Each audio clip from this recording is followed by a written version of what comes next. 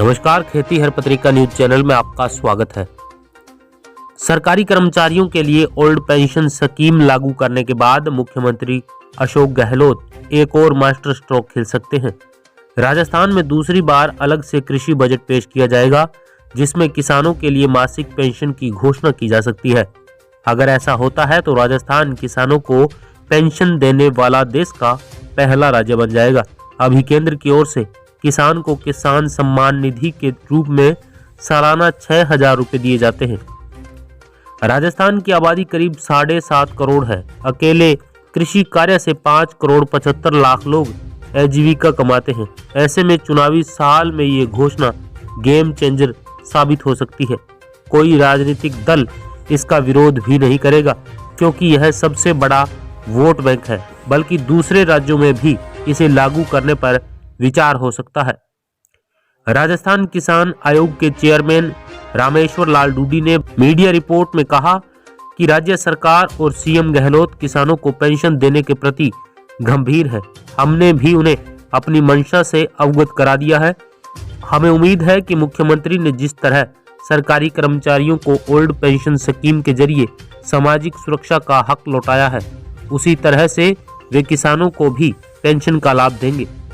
जो किसान कमजोर या बुजुर्ग होने से खेती नहीं कर पा रहे हैं या जो अकेले रहते हैं, उनकी देखभाल करने वाला कोई नहीं, क्योंकि उनके बेटे पोते शहरों में रहने लगे हैं, अन्य रोजगारों में चले गए हैं। ऐसे में बुजुर्ग किसानों को पेंशन मिलनी चाहिए।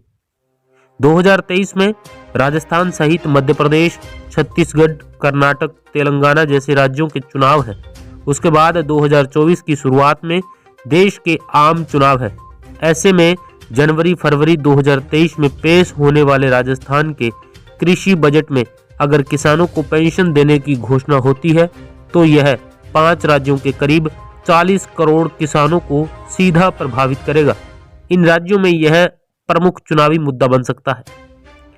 सरकारी योजनाओं और कृषि विभाग के आंकड़ों के अनुसार राजस्थान में करीब 1 करोड़ 10 लाख किसान हैं।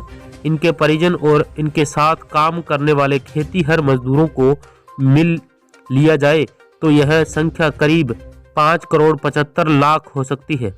इन सभी की आयु 60 वर्ष नहीं है। राजस्थान में सरकारी विभागों, आयोगों, निगमों, बोर्ड, सहकारी संस्थाओं आदि में 58, 60 और 62 वर्ष की आयु पूरी होने पर पेंशन मिलती है।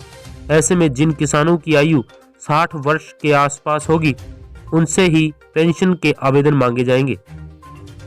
सीएम गहलोत ने राहुल गांधी की भारत जोड़ो यात्रा के दौरान एक दिन का समय निकालकर जयपुर स्थित सचिवालय आकर कृषि बजट पर मीटिंग की थी। उन्होंने कृषि संगठनों की ओर से आए सुझावों का परीक्षण कराने के निर्देश मुख्य सचिव उषा शर्मा और प्रमुख वित्त सचिव अखिल अरोड़ा को दिए हैं। हाल ही भारत जोड़ो यात्रा के दौरान गहलोत ने कहा था, पेंशन आर्थिक विशेषज्ञों के लिए टेंशन हो सकती है, लेकिन सामाजिक दृष्टि से यह सबसे बड़ी राहत है। माना जा रहा है कि इस कार्यकाल में अंतिम बजट में वे किसानों के लिए भी पेंशन की घोषणा कर सकते हैं। ओल्ड पेंशन स्कीम का देश भर में कर्मचारियों ने स्वागत किया और 4 राज्यों को इसे लागू करना पड़ा। इसी के बाद गहलोत सरकार किसानों को पेंशन देने का बड़ा कदम उठा सकती है। 2018 में जब सीएम गहलोत के नेतृत्व में राजस्थान में कांग्रेस की सरकार बनी तो उन्होंने 2019, 2020 और 2021 में तो सभी विभागों का एक ही बजट पेश किया। 2022 में उन्होंने प्रदेश में पहली बार कृषि बजट अलग से पेश किया। इस बार लगातार दूसरी बार कृषि बजट अलग से पेश होगा। ऐसा करने वाला राजस्थान देश का पहला राज्य है। राजस्थान में छोटे और सीमांत किसानों के लिए वृद्धजन कृषक सम्मान पेंशन योजना भी चल रही है। इस योजना में 18 करोड़ रुपए हर महीने खर्च हो रहे हैं। इसके तहत 2,53,591 किसानों को 750 से 1,000 रुपए मासिक रुपए बतौर पेंशन दी जाती है। यह पेंशन 55 वर्ष की उम्र पर दी जाती है।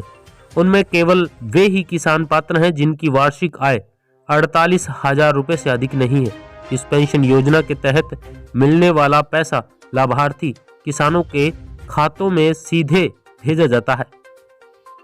तमाम ऐसी ही अपडेट पाने के लिए चैनल को सब्सक्राइब करें और बेल आइकन प्रेस करना न भूलें ताकि वीडियो का नोटिफिकेशन आपको मिलता रहे। धन्यवाद।